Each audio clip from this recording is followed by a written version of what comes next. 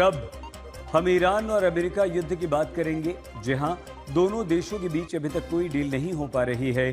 अब ट्रंप ने एक तरफ तो कहा है कि वो ईरान के साथ ओबामा जैसी डील नहीं करेंगे। उन्होंने कहा कि या तो अच्छा समझौता होगा या फिर कुछ भी नहीं होगा, जबकि मुश्तबा खामनेई ने यह क्लियर मैसेज दे दिया है कि उनकी शर्तों के बगैर कोई शांति समझौता नहीं होगा। ट्रंप ने ईरान के साथ होने वाले समझौते की आलोचना करने वाले नेताओं पर नाराजगी व्यक्त की है, तो दूसरी तरफ ट्रंप ने यह कहकर हलचल मचा दी कि सभी मुस्लिम देश इजराइल से रिश्ते सुधारें, सभी देश अब्राहम समझौते में शामिल हों। देखिए।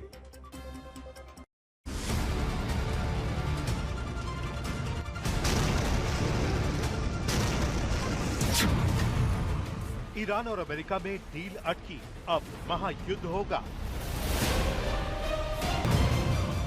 डील पर मुश्तबा का सीधा संदेश, ईरान की शर्तों पर ही समझौता। ट्रंप के दिमाग में चल क्या रहा है? जब से ईरान, अमेरिका और इजराइल के बीच जंग छिड़ी है, दुनिया में उथल पुथल मची हुई है। 28 फरवरी को अमेरिका ने ईरान पर हमला बोला। 7 अप्रैल को ईरान और अमेरिका के बीच युद्ध विराम हुआ, लेकिन तब से लेकर अब तक अमेरिका और ईरान के बीच कोई डील नहीं हो पा रही है। अमेरिका और ईरान के बीच सुलह की कोशिश पर एक बार फिर से ब्रेक लग गया है। 24 घंटे में कूटनीति की बाजी पलट गई है। अमेरिका ईरान डील शनिवार को पक्की थी, लेकिन रविवार को उस पर डोनाल्ड ट्रंप ने यू टर्न ले लिया। आज हम आपको दिखाएंगे कि आखिरी वक्त पर डील क्यों अटक गई। लेकिन उससे पहले अमेरिकी राष्ट्रपति डोनाल्ड ट्रंप का नया ऐलान सुनते हैं। जी हां, ट्रंप ने मुस्लिम देशों से इजराइल के साथ रिश्ते बेहतर करने को कहा है। आपको बता दें कि अमेरिकी राष्ट्रपति डोनाल्ड ट्रंप ने शनिवार को मोहम्मद बिन सलमान, मोहम्मद बिन जायद अल नाहयान, तमीम बिन हमद अल थानी, आसिम मुनीर, रजब तैयब एर्दोगन, अब्देल फतेह अल सीसी, अब्दुल्ला द्वितीय और हामद बिन ईसा अल खलीफा समेत कई नेताओं से बातचीत की। और अब ट्रंप ने ट्रूथ सोशल पर लिखा है कि अमेरिका ने ईरान संकट को सुलझाने के लिए बहुत मेहनत की है, इसीलिए अब जरूरी है कि ये सभी देश अब्राहम समझौते में शामिल हों।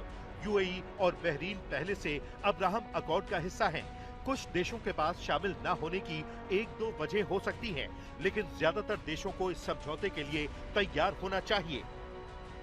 यानी ट्रंप का मैसेज क्लियर है कि इजराइल के साथ रिश्ते बेहतर करें। उन्होंने जिन देशों का नाम लिया उनमें सऊदी अरब, कतर, पाकिस्तान, तुर्की, मिस्र और जॉर्डन शामिल हैं। अब ट्रंप के इस ऐलान से पाकिस्तान जैसे देशों के लिए मुश्किलें बढ़ गई हैं, क्योंकि पाकिस्तान ने अभी तक इजराइल को एक देश के तौर पर मान्यता नहीं दी है। अब सवाल ये है कि ट्रंप के कहने पर क्या पाकिस्तान अब्राहम समझौते पर साइन करेगा, यानी इजराइल को मान्यता देगा? ट्रंप के दिमाग में क्या है? क्या अमेरिका कोई नया प्लान बना रहा है? ईरान युद्ध से दुनिया में उथल पुथल मची, अब आगे क्या होगा? और अब आपको दिखाते हैं कि आखिर वो कौन से 3 सबसे बड़े विवाद हैं जिनके चलते ये अमेरिका और ईरान में महा डील आखिरी वक्त पर अटक गई है। अमेरिका और ईरान के बीच किन बातों पर मतभेद खुलकर सामने आ गए हैं? पहला मुद्दा, ईरान का परमाणु कार्यक्रम। अमेरिका चाहता है कि ईरान यूरेनियम संवर्धन पूरी तरह बंद करे, फोर्डो और नतान जैसे परमाणु ठिकानों को खत्म करे और संवर्धित यूरेनियम अंतर्राष्ट्रीय निगरानी में सौंप दे। लेकिन ईरान साफ कह रहा है कि परमाणु तकनीक उसका संप्रभु अधिकार है और वो किसी कीमत पर अपना यूरेनियम नहीं देगा। दूसरा बड़ा विवाद है स्ट्रेट ऑफ हॉर्मुज। दुनिया के तेल व्यापार की जीवन रेखा माने जाने वाले इस समुद्री रास्ते पर अमेरिका पूरी तरह मुफ्त आवाजाही चाहता है। वहीं ईरान कह रहा है कि संचालन और नियंत्रण पर उसका अधिकार बना रहेगा।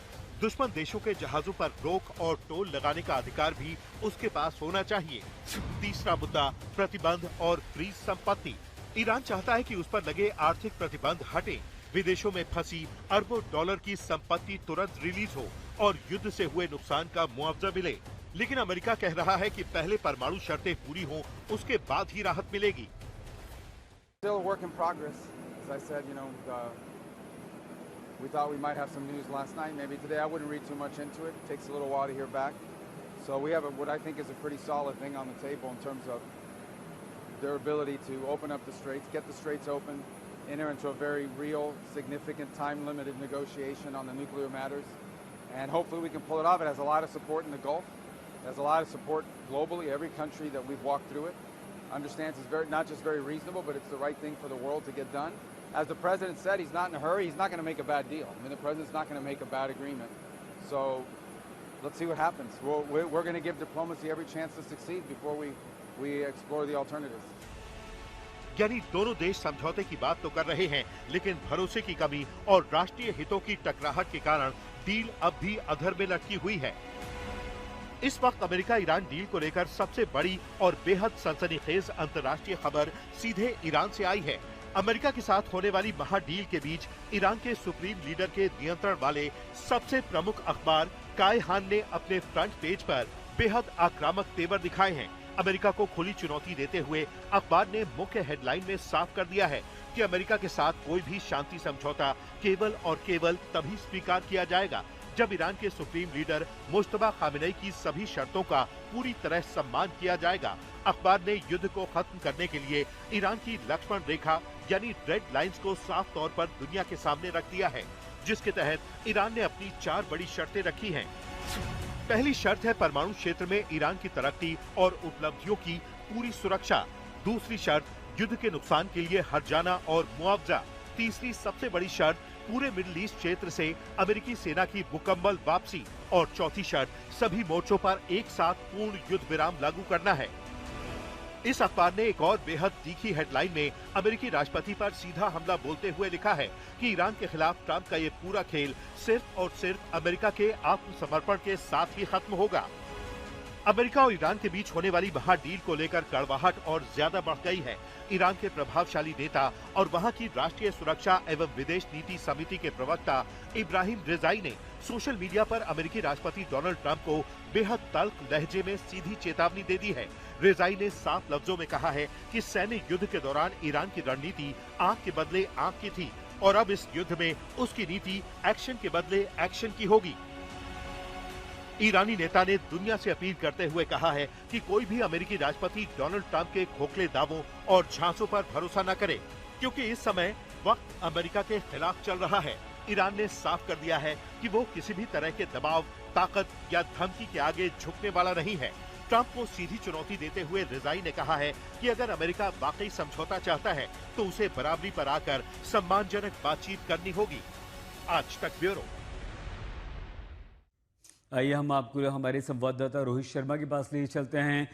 रोहित, ट्रंप ने कहा है कि या तो अच्छा समझौता होगा या फिर कुछ भी नहीं होगा। तो खामनेई का दावा है कि समझौता तभी संभव है जब उनकी शर्तों का सम्मान होगा।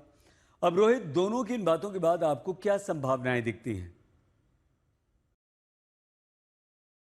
देखिए, संभावनाएं तो यही है कि जब तक प्रेसिडेंट डोनाल्ड ट्रंप, जो हमेशा मुझे लगता है कि उनकी 2 मांगे रही है। पहली मांगे रही है कि न्यूक्लियर वेपन जो है ईरान नहीं बना सकता। दूसरी जो यूरेनियम है जो जमा किया हुआ है ईरान के पास, जो एनरिच किया हुआ है, उसे ईरान को छोड़ना होगा।